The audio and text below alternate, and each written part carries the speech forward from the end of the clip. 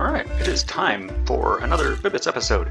Now this one is pretty fun because what I just did is I came off of a long run of teaching these guys how to really just live off of plants without,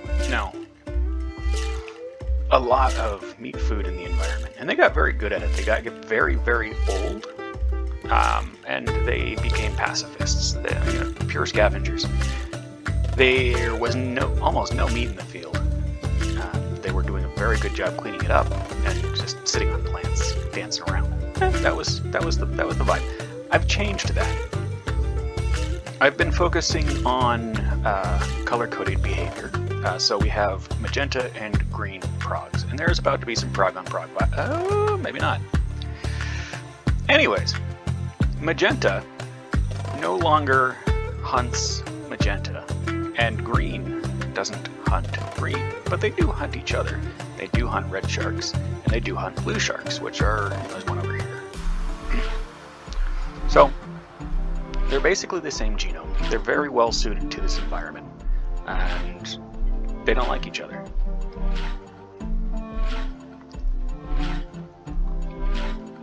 Now, I would like to go into the brain just a little bit, because that's kind of where all of this is going. And again, thank you at BibitBoy for helping me out with this. He gave me a little bit of code. That's plant angle. I want plant angle. I want green Bibit. Green Bibit feeds into this sigmoid here, which is also fed by a constant. It's a negative 100 and a positive 100. I typically don't like doing hundreds. I like to keep the numbers low, but the math works out. So I just rolled with it. That's going to feed into this Gaussian, which is kind of going to reverse the this from a 0 into a 1, which is going to feed a 1 into this multiplier. This multiplier connects to Bibit angle, which feeds into rotate. So as long as there is a Bibit angle and it's not green, this guy's going to go chasing after it. And let's see if I can prove that. I'm going to grab this guy from over here. I'm going to stick it right in front. I'm going to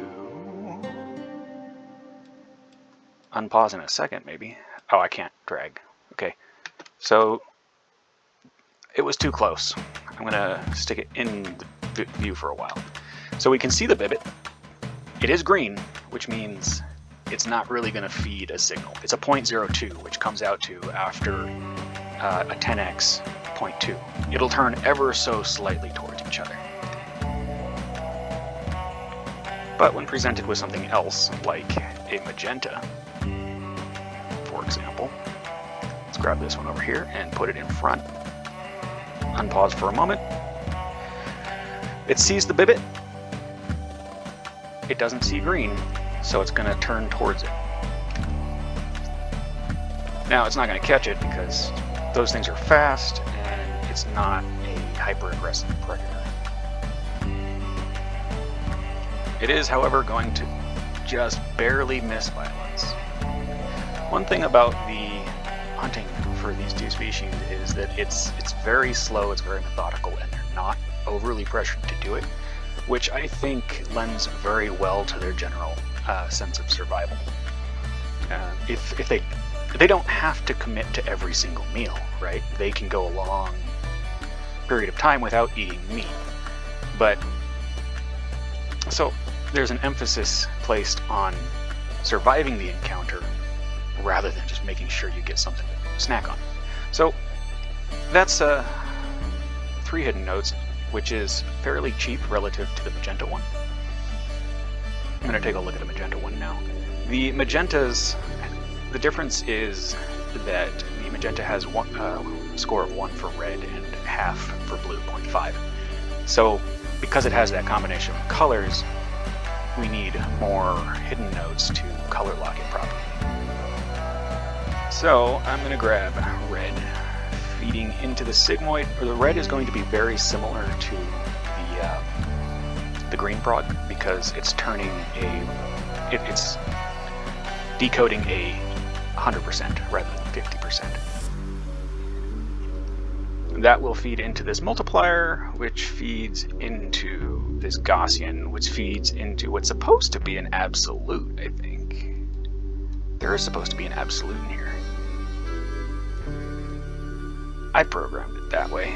It seems that somebody has changed. I don't know. The programming is not the way I programmed it. So that'll probably excite the Bibit people a little bit. But we do have the two inputs, and kind of the same deal with the constants. For the 50%, which is blue, it feeds in -50 and against a +100. Again, big numbers. It works, all right, and I'm glad it does. I need proof. So here, these ones are going to be a little bit more interesting because the prey are red and blue. So look forward to that. We see 0.5 blue. We see 1. That is exactly what we expect. That'll feed into this Gauss, feeds into this mult, and is canceled out here. So this Gaussian does not feed into this, which causes a 0, which means it's not going to pursue it at all. And we can do that all day long. Let's grab a blue, see what happens. Now this is a 100% blue. And you see it triggers this very hard, which turns this off, which turns this off. But we have a 1 here in the Gaussian, which means that it's feeding into this multiplier, which means it does want the blue. Again, it's not super aggressive about it, but it does definitely go for it. If I do, I'm going to let it snack on that. But the reason it works so well is for these big guys. They're big and slow. And if it's facing away from the prog has plenty of time to line up. And will often... Oh, it's dying. Well, as you can see, it wants it. It would have gone for it. Now we gotta go for a different guy. But the same, it's the same for red, for the carrot sharks, right? I can put this carrot shark in front of prog. Well, actually, you can see it happen naturally, maybe. Yeah, it's turning for it. And this is why it goes so slow, because if this thing is coming at it, it's more likely to break away and not get bitten. It's kind of fantastic. Turns away. I need one that's facing the right direction. You'll do. I'm going to drag this guy all the way over here to the prog so we can watch this sort of happen. What is you doing? Hold on. Okay, so the brain had... Oh, it's also dying. They slow down a little too much to hunt when they're low on energy. And I've noticed that while I've been making this video, the green progs have collapsed in population. They are down to 43 as opposed to 80. I do think that comes from the advantage of that the Magenta have of just being in the soup for longer, because they proved the concept and these are the challengers. I really need to feed a red shark. That one's almost dead. Okay, you get to get a red shark. I want to make sure your brain's working right. Okay. This one doesn't see red at all, so the behavior is somewhat devolving, unfortunately. And that is after 40 generations.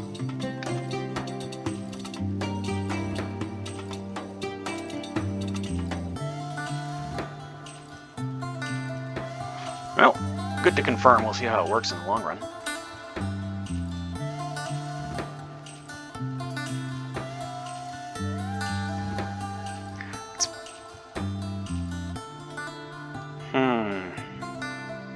Well, at Bibit Boy, this is for you.